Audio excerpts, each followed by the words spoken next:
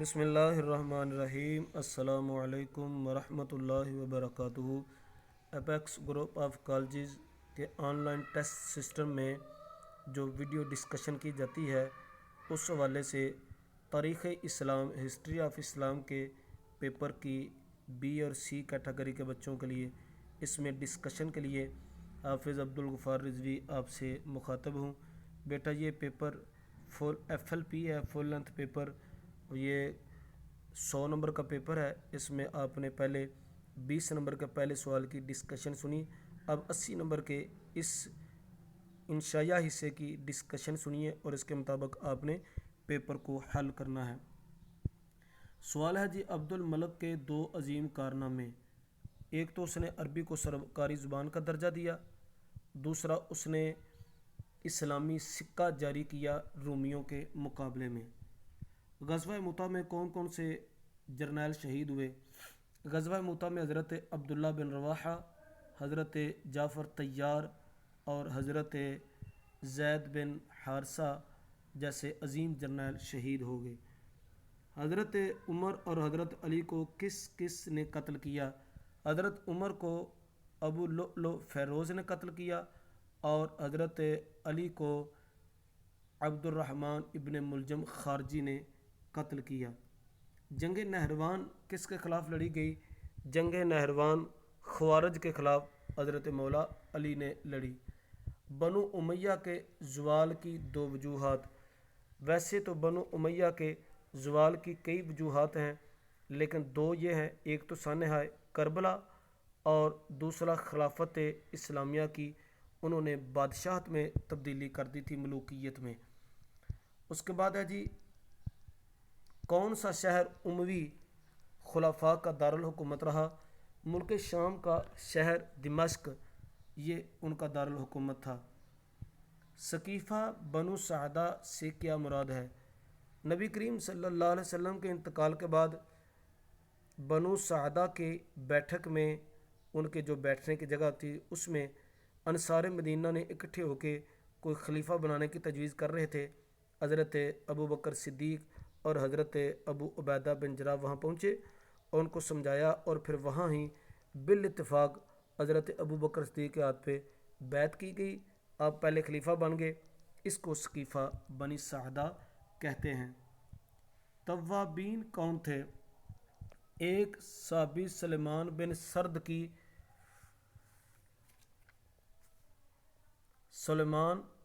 سرد، ان کی قیادت میں ایک تحریک بنی جنہوں نے کوفہ کی تحریک جو سانحہ کربلا پر توبہ کرنے والوں کے نام سے مشہور ہوئی، ان کو توابین کہا جاتا تھا۔ باغ فدق کا مسئلہ کیا تھا؟ باغ فدق نبی پاک صلی اللہ علیہ وسلم کے پاس اوقاف کا ایک باغ تھا، تو حضور علیہ الصلوۃ والسلام وقف میں اس کی آمدنی خرچ کرتے تھے۔ آپ کے انتقال کے بعد اہل بیت نے آپ سے، حضرت ابو بکر سے وہ باغ اپنے لیے مانگا، تو آپ نے فرمایا کہ انبیاء کرام درہم اور دینار وراثت میں نہیں چھوڑتے، یہ وقف کی چیزیں ہیں، وقف اللہ اور اس کے رسول یعنی فی سبیل اللہ ہوتا ہے، تو اس باغ کی آمدنی آج تک فی سبیل اللہ استعمال ہو رہی ہے، اس کو باغ فدق کا مسئلہ کہتے ہیں۔ جنگ اجنادین میں حضرت خالد بن ولید کو متحدہ لشکر کا کمانڈر بنایا گیا۔ حضرت ابو بکر صدیق رضی اللہ تعالی عنہ نے جن غلامان کو آزاد کرایا ان کے نام۔ حضرت ابو بکر صدیق رضی اللہ تعالی عنہ نے کئی ایسے غریب اور ندار لوگوں کو خرید کے غلامی سے نکال کے اسلام کے لیے آزاد کیا، اس میں حضرت بلال حبشی رضی اللہ تعالی عنہ، حضرت صہیب رومی وغیرہ شامل ہیں۔ اگلا سوال ہے جی کہ جنگ قادسیہ کے جنگ جمل کو جمل کیوں کہا جاتا ہے؟ جنگ جمل حضرت عائشہ صدیقہ اور حضرت علی کے درمیان لڑی گئی، تو حضرت عائشہ ایک اونٹنی پہ سوار تھیں، ساری جنگ لڑائی اونٹنی کے گرد گھومتی رہی، اونٹنی کو جمل کہتے ہیں، اس لیے وہ جنگ جمل کے نام سے مشہور ہو گئی۔